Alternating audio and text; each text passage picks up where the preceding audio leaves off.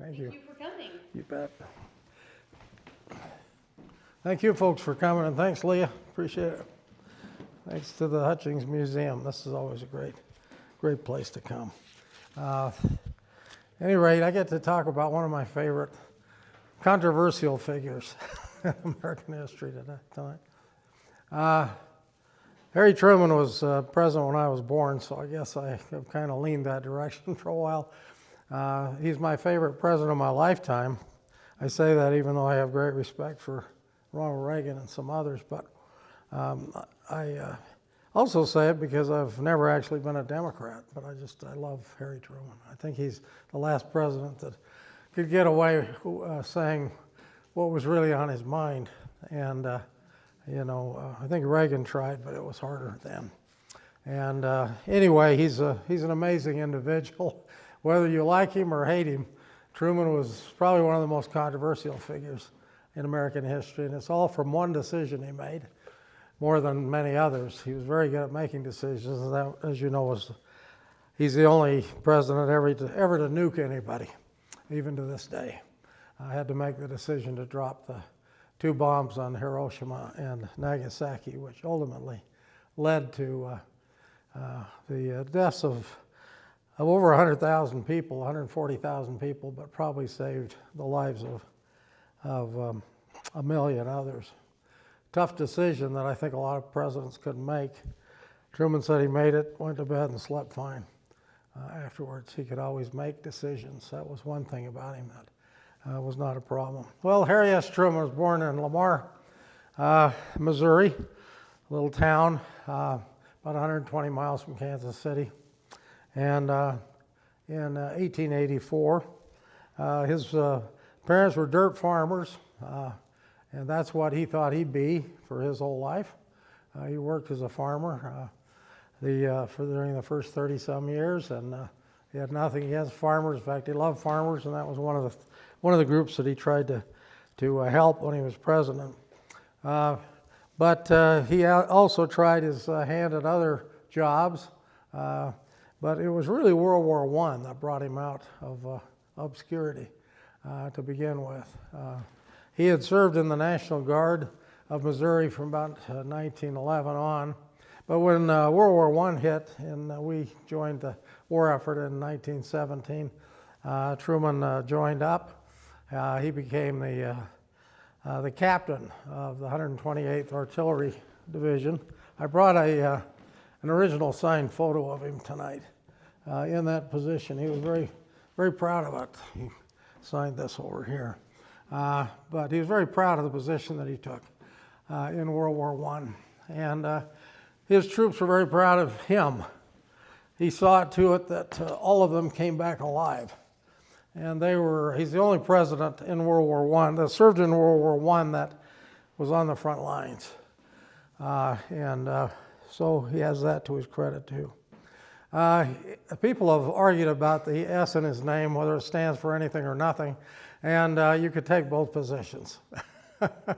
Because his parents couldn't decide on which grandfather to honor, Solomon or Shep, so they just gave him an S. And Truman, a lot of times people will say, well, it doesn't stand for anything, so it should just be an S without a period. But Truman always put the period there. So if you want to have his opinion on it, he took it as even though it stood for his 2 grandpas, he did put the period there.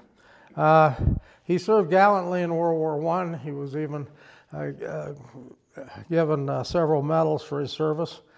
But mostly his troops just loved him because he went out of his way to make decisions that helped bring him home alive, which some leaders in wartime just think of themselves. He was all for his men. He wanted his men to come back alive and healthy.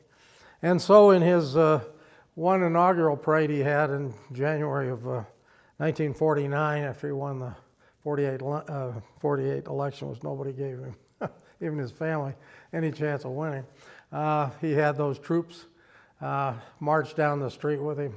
And he was very proud of his unit because they were also very proud of him. He had a very unusual path to the presidency. In fact, a lot of people said he really didn't do much of anything age 35, but he was a hard worker. He just wasn't known, and he did a lot of things for other people. Some people have accused him of being anti-Semitic, which is totally wrong. He wasn't anti-Catholic either. He was controversial, but he really was the first president to try to help minority groups from the time of Lincoln, really. We've had some bad examples like Wilson and others that were involved with KKK. In fact, I don't know how many of you know that Truman went down to sign up with the KKK. And it's kind of little known. He refused to do it when he found out that they were against Jews and Catholics. Those were in his unit. And he needed their political support. That's why he went down to join, but he never joined. He refused to pay, and he walked out of their office. Didn't want anything to do with them. At any rate, he never attended college. That made him the only president of the 20th century not to do that. But probably one of the brightest people that ever was president. He had common sense, but he was a reader. His family couldn't afford to have him go on to college. One of those families that he had to stay home and provide for them, and he did.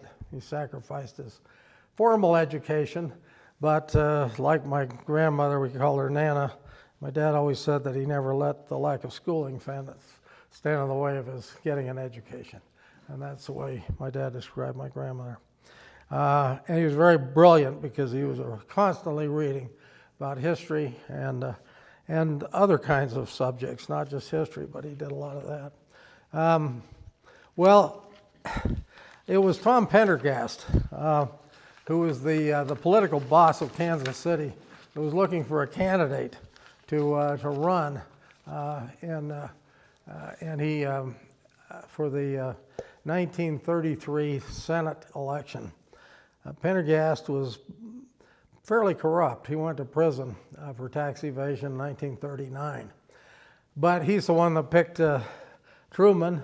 It wasn't his first choice. Truman was never anybody's first choice, even himself, like to become vice president. He didn't want to be vice president. He frankly thought the White House was a prison. But he did it out of a sense of duty. In fact, there's many parallels in his attitude towards George Washington, frankly. That guy that we kept pulling out of retirement to do things that he just wanted to stay at Mount Vernon. Well, Truman wanted to he loved politics, unlike Washington, but he wanted to stay out of the White House. He didn't have any interest in that. And he had a wonderful marriage. He loved Bess. He never cheated on her. In fact, there's a story that at the Potsdam Conference when he was first president, there was a young lieutenant that came to him and asked him if he wanted female companionship. And he said, "I've got female companionship." He said, "Bess has never cheated on me, and I'll never cheat on her." And then he got the guy off of his team. So he was very, very solid about that. There's also stories, I don't know if I should mention a lot of this, but there's also stories that when they were in the Blair House during the time he was president, one of the things he did after Margaret's piano, she was a singer, went through the floor of the White House during a performance, he had the whole thing gutted out. And I don't know how many of you know that. Probably we talked a little about Jackie Kennedy last time, and she probably would have done it if he hadn't have. But he had the White House completely gutted out and rebuilt, and he lived across the street during some of his presidency during the Blair House. And the story is told that Margaret, his daughter, and Bess, the boss, as he called her, hated Washington. They didn't really fit in very well there. Their friends were in Missouri. And they got out of Washington as often as they could, which was tough on Truman because he loved his wife and daughter so much. And some of their reunions were pretty famous when they got back together. I'll just put it that way. But he loved his wife and he loved his daughter, and he was very defensive of both of them. Well, just going back a little bit, and then I want to show some artifacts. He may have been the most honest president of our lifetimes, at least mine. He flatly refused to use his office to get any gain. When he left office, he was broke. I don't know how many of you knew that. The only money he had coming in, because they didn't provide for presidents then, was $112.56 per month, which Congress gave him for being a veteran of World War I. And it wasn't until he sold his memoirs for almost $700,000 that his estate had anything in it. In fact, it was the Congress felt so bad they passed a Presidential Pension Act that was aimed at him in 1958 to provide him and Bess and their family support. The only other living president then was Herbert Hoover, and he didn't need the money. But it's said that he took the pension so as not to embarrass Truman, because he had a lot of respect for Truman too. Well, we know that Truman opened a haberdashery for men, a men's clothing store, after World War I, and he had a Jewish partner with him that was from his unit. The two of them went bankrupt almost immediately. There was a downturn in the country at the time. And rather than file bankruptcy, Truman never did. He owed $20,000, which is a lot of money back in 1921, but he took the next 15 years to pay every dime back. So that should tell you something about his honesty and his fiscal responsibility. He was amazing in many ways. In fact, one of the quotes I love is this one: "Show me a man that gets rich by being a politician, and I'll show you a crook." Well, what would he have to say about our people today, huh? You know, that's classic Harry Truman. There's a lot of things I love about Truman, but one of them is a family tale. I don't know if it's true or not, but I've always thought it was. I've always hoped that it was. Harry Truman came to Utah in the early, about 1949 for a special trip, and went down University Avenue in Provo, along with George Albert Smith, who was then president of the LDS Church. And seeing a mother with a baby, me, they pulled over to the side, and Truman shook my mother's hand, and so did George Albert. So I felt like that I had a little connection with Truman because my mother told me that story. And I've also felt like I've met every president of the church in my lifetime because I remember all the others, worked with some of them. So I always liked that story, whether it's apocryphal or not. It was a story that I was raised on. Anyway, going on to a few facts that I dug out that I think are fun that you may or may not know about him because he was such an interesting guy. When he made it to the Senate, almost immediately he was controversial. He set up a Senate committee, was known as the Truman Committee, about 1940. And he almost didn't win that election, incidentally. Truman was always the underdog every time he ran for anything. And everybody discounted him. So it wasn't just 48. It was the beginning in 33. In 40, when he ran for Senate, he didn't have Pendergast to kick around because Pendergast had gone to prison. In fact, Harry was sick and tired of being called the senator from Pendergast. And that left him when Pendergast went to prison for tax. A real big political boss behind him. But he worked his tail off like he always did running for office. He was always discounted, and he always squeaked through. Looked like almost like he got a little extra help from time to time because even Bess and Margaret didn't think he'd win in 48. They told the press that, but that's another story. Any rate,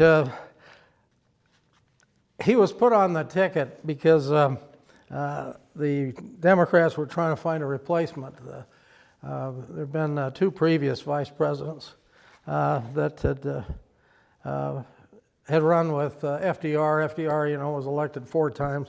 Fourth time, the Democratic Party knew that even though they had a big machine in place, that the chances of winning would go down unless they got a new vice president to go on the ticket with him. Harry Truman was not anybody's first pick. He went to the convention, and he was a compromise, mostly because the Truman Committee she set up, which went after graft and corruption, both in business and mainly dealing with the government, had saved billions of dollars for the American taxpayer. And news of the Truman Committee and its successes is what really put him on the ticket. FDR really didn't know Truman. He'd shaken his hand a few times. Truman had two meetings in the 82 days he was vice president with FDR before he died. 2 meetings, that was it. Never was told about the Manhattan Project. Didn't know anything about America's building an atomic superweapon. The war was raging. Didn't know anything about that. But one good thing he did inherit was all of the wisdom of all the people around FDR, who had assembled a great crew to fight the Second World War. In fact, it's said that the ambassador to Russia, as soon as Roosevelt died, made a quick trip back to Washington, D.C. to be with the new president to tell him what's going on. And that was the thing that saved him, and he was open-minded about, he wanted to learn all he could, and especially when he said, when he got the news that Roosevelt died, his famous statement was, "I felt like the moon, sun, and stars had fallen on me." And that's not much of an overstatement, frankly, because he didn't know anything about the bomb. He didn't know anything about a lot of what was going on with the military. But he had great military advisors, including our chief general, Marshall, who became his Secretary of State later. But George C. Marshall was the man that many people credit for more than any other single individual for organizing our effort against Hitler, Japan, and Italy during World War II. If you can imagine, my dad used to say my dad was ROTC in high school at BYU, and he said that particular period we're usually not ready for wartime. America is pretty famous for not being prepared for war, even though we talk a lot about it and try to build armed forces, maybe better now than we were, I don't know, but we seem to be, if you look at one repeat theme through our history, is we do not prepare for wars very well. We had 700,000 military people at the beginning of when Pearl Harbor was attacked, and we lost a couple thousand of them there. But George C. Marshall came to the forefront and was FDR's right-hand man on the military. In fact, I don't know how many of you know that he took the military from less than 1 million to 16 million during the war with his organizing. Hadn't been for George C. Marshall, we wouldn't have probably won that war. He's certainly one individual that stands out a lot. And I know Roosevelt does, and the end of the war was coming when Truman found out that Roosevelt had died down at Warm Springs, Georgia in April, just 82 days after he was vice president. Only had 2 meetings with the man, and he went directly to the White House. They said he was eating a hot dog when he was told to get directly to the White House, and he did. He got there and he ran immediately to Eleanor, Mrs. Roosevelt, and he said, he asked immediately, "What can I do for you? Is there anything that we can do for you, Harry? You're the one in trouble now," is what Eleanor responded. Well, he had an interesting path all the way through. I should say that I'm kind of jumping back and forth just because this is the way I do things. I hope this isn't too problematic, but he was originally turned down by Bess Truman to be his wife. Her family was against her dating this farmer's son, and who had nothing. And the Truman, Bess Wallace's family was quite well off, and they had lived in a big mansion, which they later inherited. He lived out his days in that with Bess. But when he went to war and when he came back, he learned how to make decisions and how to go after things that he wanted, set objectives. And he worked very hard, and he did it all honestly. I think you'd have to say that about him. He didn't want any regrets. And he went straight to Bess's house and asked her to marry him after the war, and she accepted. So that was, he had a little different attitude after he'd saved these guys during World War I. World War I really, for him, was a total turnaround from the farm. He'd seen Paris, and he wasn't going back to the farm, okay?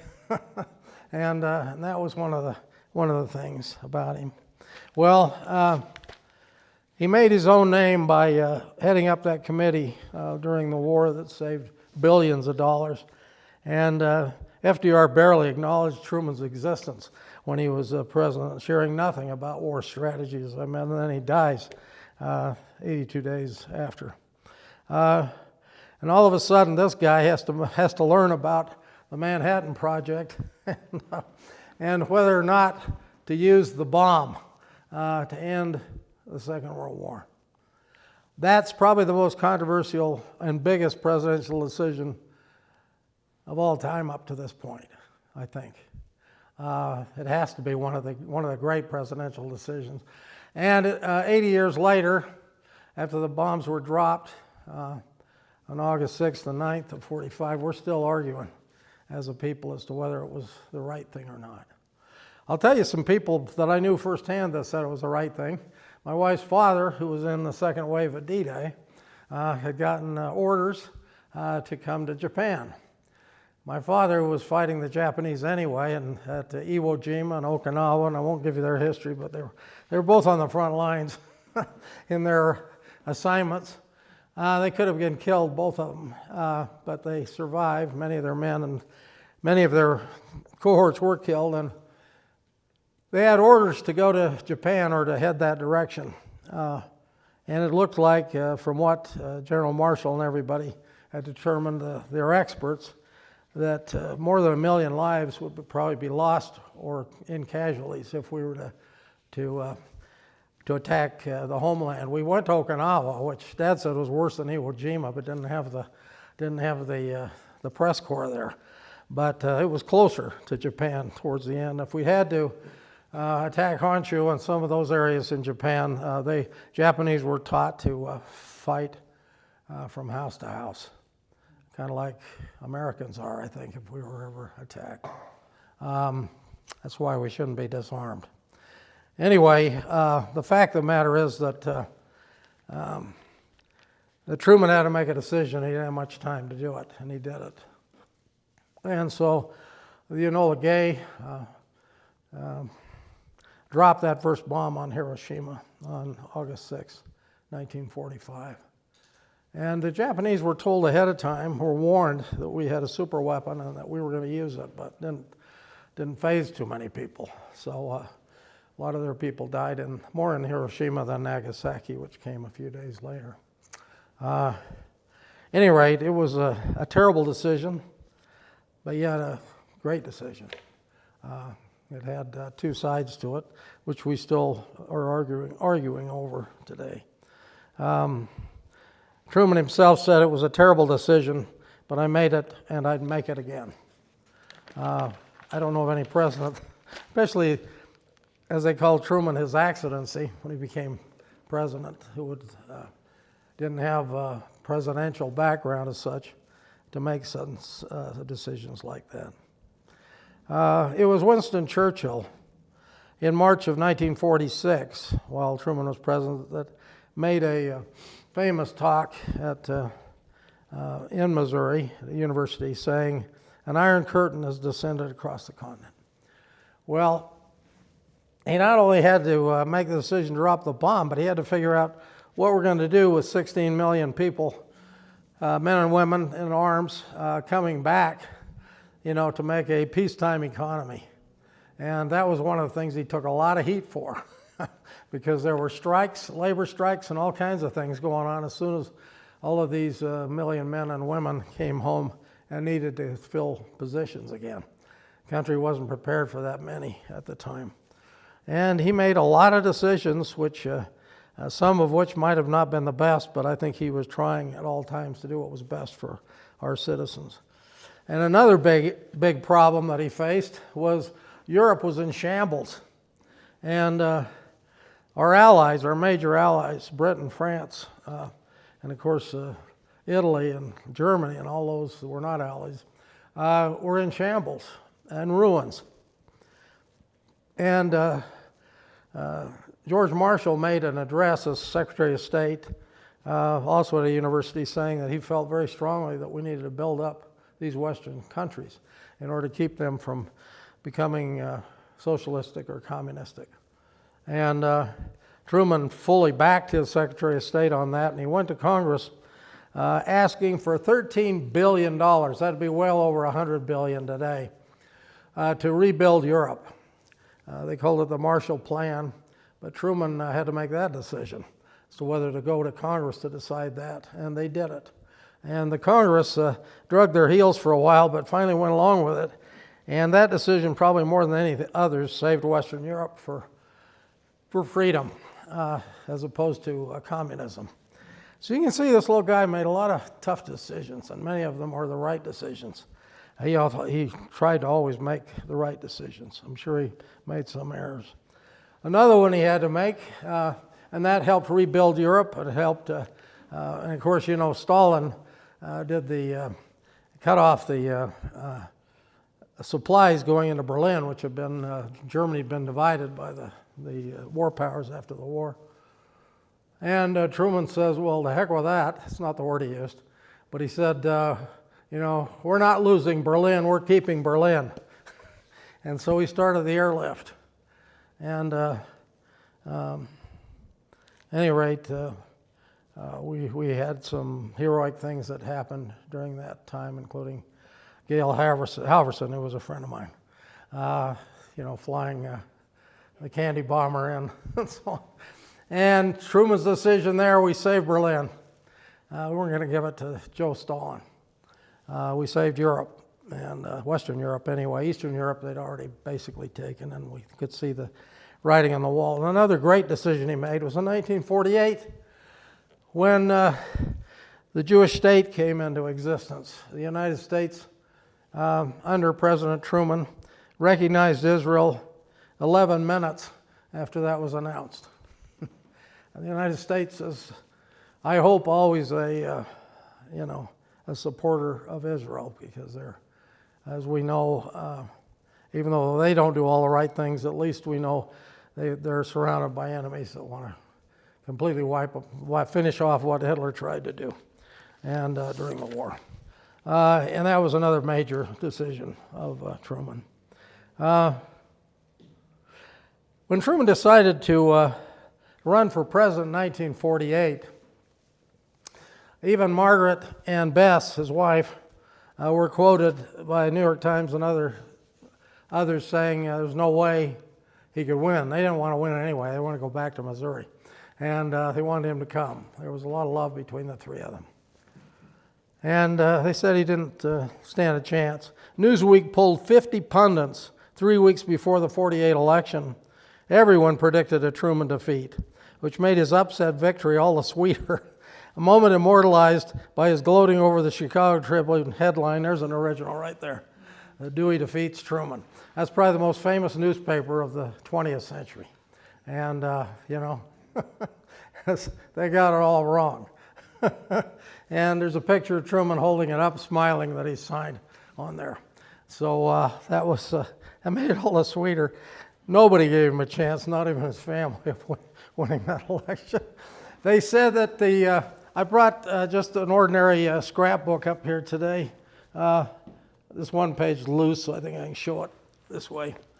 This is a family scrapbook. You can see Truman, after he gets off he's sitting in the car right there.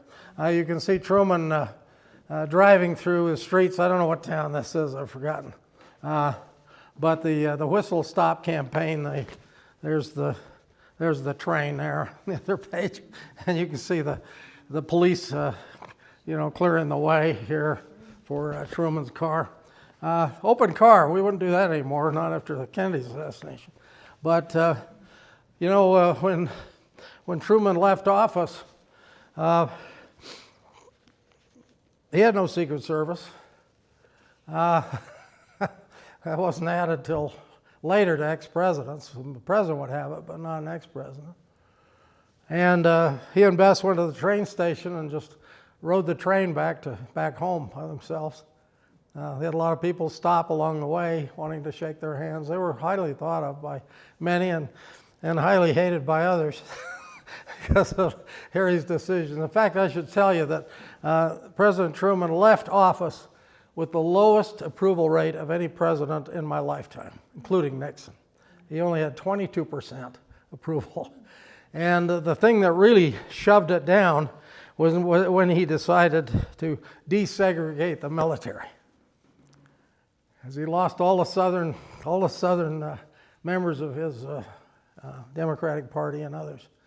That was one of the reasons they thought he'd lose the 48 election, because he had already done that before the 48 election. At any rate, these are a few artifacts I brought. I mentioned the newspaper here, and I've shown you his 129th Artillery. Truman had a sign on his desk saying, "The buck stops here." And by that, he meant, I doubt any other president would do that. He meant, nobody can pass the buck beyond this desk. I don't know, does anybody know what was on the other side of the sign? Anybody? I'm from Missouri.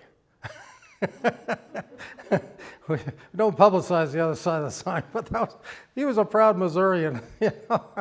And he came from Confederate soldiers. So he always liked to talk about his Confederate ancestry. His favorite president of the United States was not Lincoln. He loved Andrew Jackson. That was his favorite. I brought a letter here relating to the bomb. It's from W.S. Carpenter Jr., the president of E.I. DuPont Nemours Company, on August 24th, 1945, just right after the two bombs were dropped. And it's an interesting letter because he's writing he said, DuPont produced a new chemical element, plutonium, that was crucial to developing the atomic bomb. The world now knows that these great assaults, which may have influenced the Japanese in their surrender, yeah, I think so, were made with the aid of missiles employing atomic energy. The War Department has disclosed that DuPont Company played an important part. And that's from the letter. And then he goes on to say, in his printed statement, DuPont did not and does not make atomic bombs. He just makes plutonium.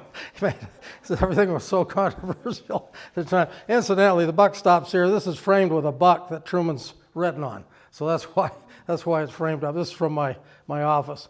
And one of the great things that this is the official statement here when the news release, the original news release from the White House.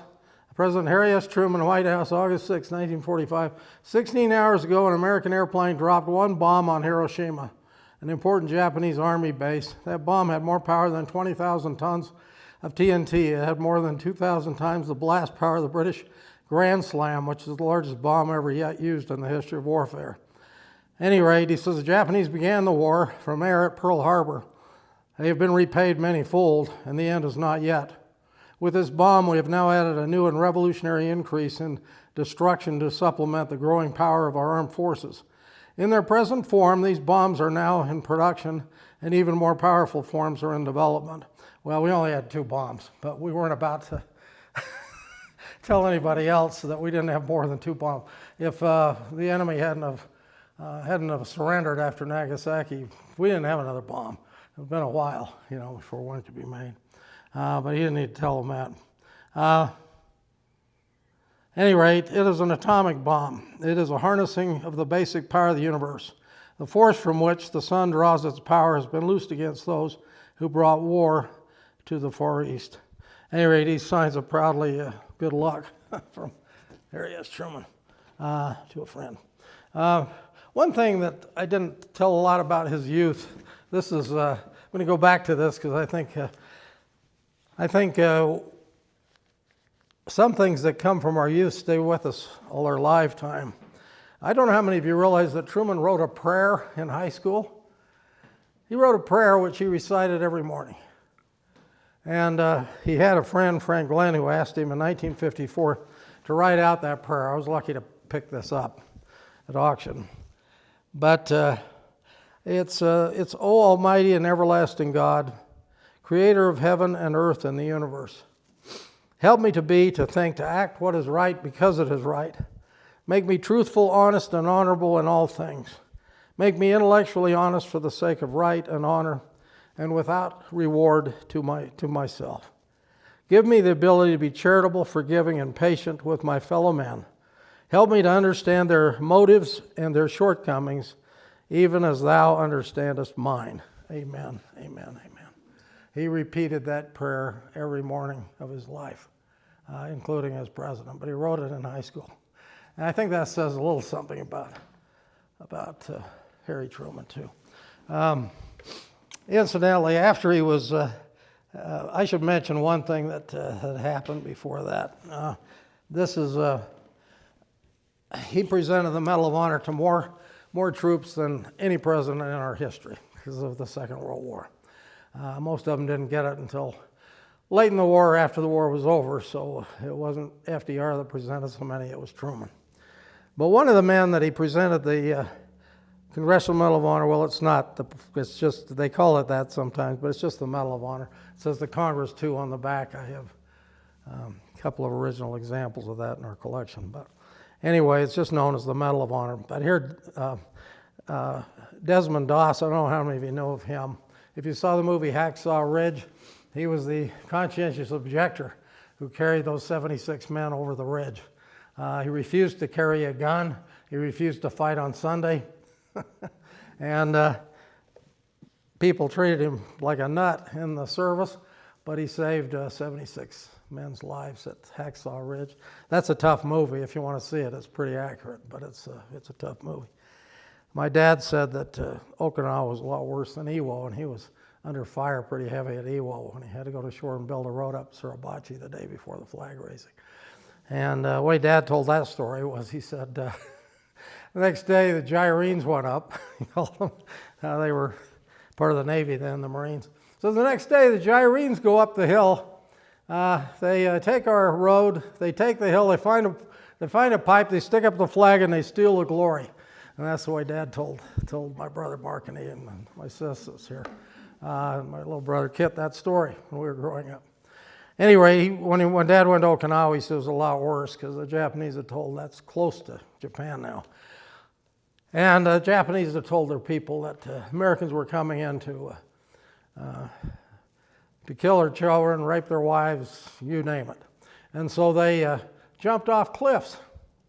And Dad said the stench from those bodies floating all over when they pulled their ship in was much worse than Iwo Jima ever could have been. Americans had a hard time convincing them. So you can imagine the attack on Japan, what that might have been had it happened directly. Well, at any rate, Desmond Doss was given the Congressional Medal of Honor, the only conscientious objector of World War II, much like Sergeant Alvin was the one of World War I. Yeah. And Truman gave him the medal, and this is what Doss wrote later. Speaking of President Truman, I felt he was a personal friend of mine. He was the president who presented me with the Medal of Honor. One evening when I was in Topeka, I was shown through the Truman Library. I saw his office and even ran my fingers up and down the piano keys of his piano. Truman often said if he hadn't gotten into politics, he would have been a piano player at a body house. So it's probably good he got into politics. He said I saw his office and even ran my fingers up and down the piano keys of his piano. Later that evening, I was privileged to go to his home. He had just returned from a trip, and his wife came to the door and told me he was too tired to see me. But he came to the door about that time and opened the door and told me to come right in. We visited for just a few minutes. President Truman remembered me on 3 different occasions when he was talking to many people. He told them he had given out more Medal of Honors than any other president. One was to a skinny little pharmacist mate from Georgia, the only conscientious objector he considered to be on the level. You know, I would never carry a gun nor work on God's seventh-day Sabbath, but I wanted to serve my God and country as a medic. I told President Truman that God had protected me overseas as well as in the States, and I still believe he did. That's a statement of Desmond Doss, Congressional Medal of Honor winner.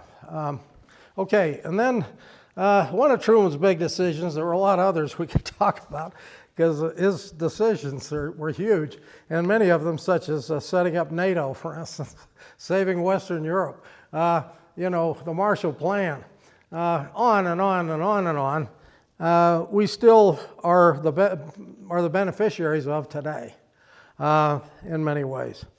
This is a statement that he wasn't happy to release. This is original White House release. Immediate release, April 10, 1951, towards the end of his presidency. Statement by the President. With deep regret, I've concluded that General of the Army Douglas MacArthur is unable to give his wholehearted support to the policies of the United States government and of the United Nations in matters pertaining to his official duties.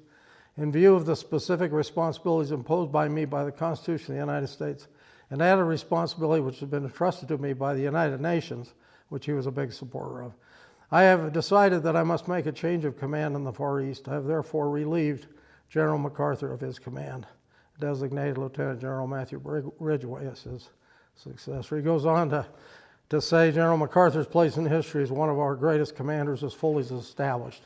The nation owes him a debt of gratitude for the distinguished and exceptional service which he's rendered his country and posts of great responsibility. For that reason, I repeat my regret of the necessity for the action I feel compelled to take. That was one of his least popular decisions. And of course, MacArthur was asked to give an address before the Congress of the United States, in which he said that old soldiers never die, they just fade away. And it was very famous. Truman had to make a tough decision because you may recall that when the North Koreans got the help over the parallel from the Chinese, who had become communists just right before that, communist nation, even though we'd supported Chiang Kai-shek. That's still a problem with us today with Taipei. But at any rate, the Communist Chinese were pouring over the border into Korea. They took Seoul. They took most of South Korea. When Truman said, kind of like he did to Stalin, they're not taking Korea. And it ended us into the Korean War. So you see, this guy made a lot of decisions. And he took our number one commander, probably at the time, Patton was dead, MacArthur, and had him lead the troops on Incheon. And they retook the city of Seoul. And they retook up to the 38th parallel. And then from that point on, Truman would not give him the 30 atomic bombs that he wanted to use on mainland China. So he fired him. And that's all come out in recent years. Because Truman did not want to, and the American public did not want to be involved with a World War III. We just got out of World War II. And I think it was, you can argue about Korea all you want. You can argue about Vietnam. I was in the Army during Vietnam, and that was another one that we didn't do so well on. But I think the intent of the United States has always been to preserve freedom-loving people wherever they are. And so from that standpoint, we don't always make the right decisions, but I think we try to make decisions that were the best for people as we can make it. Any rate, Truman was quite an individual. Incidentally, that campaign he ran in 1948, I showed the pictures here. They estimate that he went on that campaign tour 22,000 miles. That's almost around the world. He was a campaigner. I mean, there's a lot of people that talk about Trump and other people being campaigners, but I don't think anybody can match Truman. Truman was an incredible campaigner, given no chance at all, even by his wife and daughter. And he went as he says, I'm a soldier from World War I, I'm a common man, I came from nowhere, and I can be a good president. And he won the election. And everybody knew he was honest. Well, he had no time between things to, incidentally, this is a signed photo of General Marshall over here. Marshall deserves a lot more credit for saving our world than he gets. Besides building the Army during FDR from 700,000 to 16 million, he also came up with the idea that we got to save Western Europe because Joe Stalin's going to take it along with the rest of them. So the Marshall Plan. And Truman was right there with him, which is good. And FDR was right there with him during the war. In fact, Marshall wanted to lead the troops on D-Day. Did you know that? He wanted to head up the Army on D-Day. And FDR sent him a curt note saying, no, I need you here. You pick somebody. So he picked an officer that was well-loved, but had 897 senior officers by the name of Dwight David Eisenhower. Otherwise, we wouldn't have heard of him. That was Marshall that picked Eisenhower. Kind of like John Adams picked Washington, but that's another story. Anyway, it's an amazing thing. And Truman, this is one of my favorites. He wrote this to John M. Taylor, who was our big general over Vietnam for a while. Kennedy had appointed. He said, I never did give anyone hell. I just told the truth, and the Republicans thought it was hell. Well, like I say, I don't think I've ever been a Democrat, but I can kind of appreciate what he, his course of action, what he's thinking there. And then I wanted to show you this is one of my favorite Truman. If I had to pick one Truman item, and incidentally, did you know we used to have a presidential yacht? It was called the Williamsburg. We only had it from 1945 to 53. Truman was the only president that had that presidential yacht. FDR had one earlier, different ship. But this was the Williamsburg, and this picture used to hang in the yacht. And it's to the crew of the USS Williamsburg, with kindest regards and appreciation of all the courtesies they have extended to me, Harry S. Truman. And then he signed it on New Year's Day in 1952. At any rate, this is probably my favorite Truman item. It's just a little photograph. But this photograph used to sit on Bess Truman's dresser during their White House years. Okay? And a good friend of mine who had a wonderful presidential collection died a few years ago. He showed me his collection 30 years ago. He was an ex-FBI agent. But he got a lot of stuff from the White House, and this was something that this lady, her name was Lillian Rogers Park. She wrote a book about my years in the White House, 1929 to 1960. The back has her signature on it with a little note, and this is May 8th, 1986, to my friend Raleigh, who passed away. But anyway, he says this 3-by-4-inch bust, hand-tinted photograph of Harry S. Truman was owned by the President and Mrs. Truman. It was kept in the White House on Mrs. Truman's dresser. I worked for them nearly 8 years. Just before they left in 1953, Mrs. Truman gave this to me. Take good care of it. They were great people. Anyway, that's a cute little picture of Harry that his wife Bess kept on the dresser during their White House years. Also brought an example of his inaugural medal from 1949. So you're welcome to look at that. I wanted to end with this, because this is, I think, kind of fun. This is a letter, handwritten of letter. Truman wrote a lot of letters, especially to friends and stuff. And this is one he signed, Harry, to Dean Acheson. Dean was his Secretary of State for a while. And Dean Acheson was another great American. This is 1955, so Truman's been out of office now for for 3.5 years. Dear Dean, it was a great treat to me to talk with you the other day, to learn that my mysterious $5,000 library contribution as a friend of yours made the contribution twice as valuable to me. I should say that Harry Truman is the one that built and paid for his own presidential library. None of the other presidents did that. The government's done it, or they've had private fundraising for almost every one of them. But Truman was the first one. The first presidential library was FDR at Hyde Park. In fact, maybe I should mention this. My grandfather kept a journal. Grandfather Ashworth, Paul Ashworth, kept a journal, and he absolutely hated FDR. And we never talked about FDR in my family because my mother loved him, and my grandfather, really hated the guy, the Ashworths. And my grandfather Ashworth, Paul, made a visit with my grandmother to Hyde Park in 1951. He said, I had to come here to see if they buried him deep enough. That's in my grandfather's journal. At any rate, so I could go either way. We didn't talk much about FDR in my family because my mother loved him and my dad's family didn't.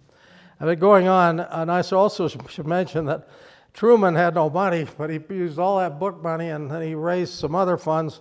The Truman Library, I hope you get a chance to go there, was about $1.8 million originally to build. And then he had the audacity to give it to the United States when he was done doing it. I think it's incredible. At any rate, going on with Truman's letter to Dean Acheson, I'm still reading proof and correcting errors and misstatements on his history of his years in the White House. It is certainly surprising what can creep into a simply common sense statement of what is supposed to be fact. Someone who doesn't know his scriptures has quoted old man Job as saying, "Oh, that mine enemy would write a book." Job didn't say it in his book, but it's a good quotation anyway. I've been told or read it somewhere that Herodotus said, quote, "The man, the event, and what happened hardly ever arrived at the same place at the same time, but a good historian would take care of all that," unquote. Well, I guess that's a good idea, but I've tried to avoid it in my efforts, thanks to the ideal help I've had in the form of an intellectually honest Secretary of State. There have been some others, too, who have said plainly and honestly that my memory's at fault. And Dean, I like it. There's nothing worse for a man's character than friends who tell him always how good he is. Wouldn't that be helpful in the White House today? May you and Alice have a wonderful trip. I hope Bess and I may have the good luck to see you when you return. Most sincerely, Harry. I want to just end this by reading a couple of Truman quotes, because one of his quotes, I know I've missed some of his history. There's so much of his history to talk about. But I hope I've got you at least enthused to read. There's some great books out on his life that have a lot more in them. There's only so much we can do within an hour here. But the buck stops here I've already mentioned. That's a famous one. At any rate, if you can't convince them, confuse them.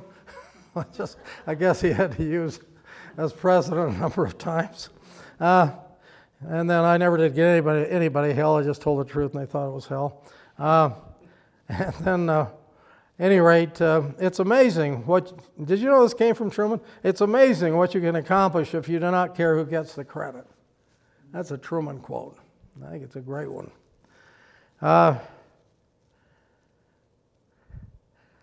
There is nothing new in the world except the history you do not know.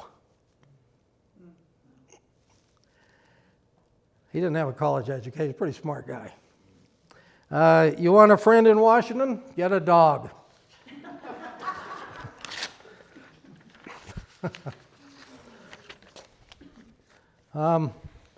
Well, I've probably quoted enough. You can go on.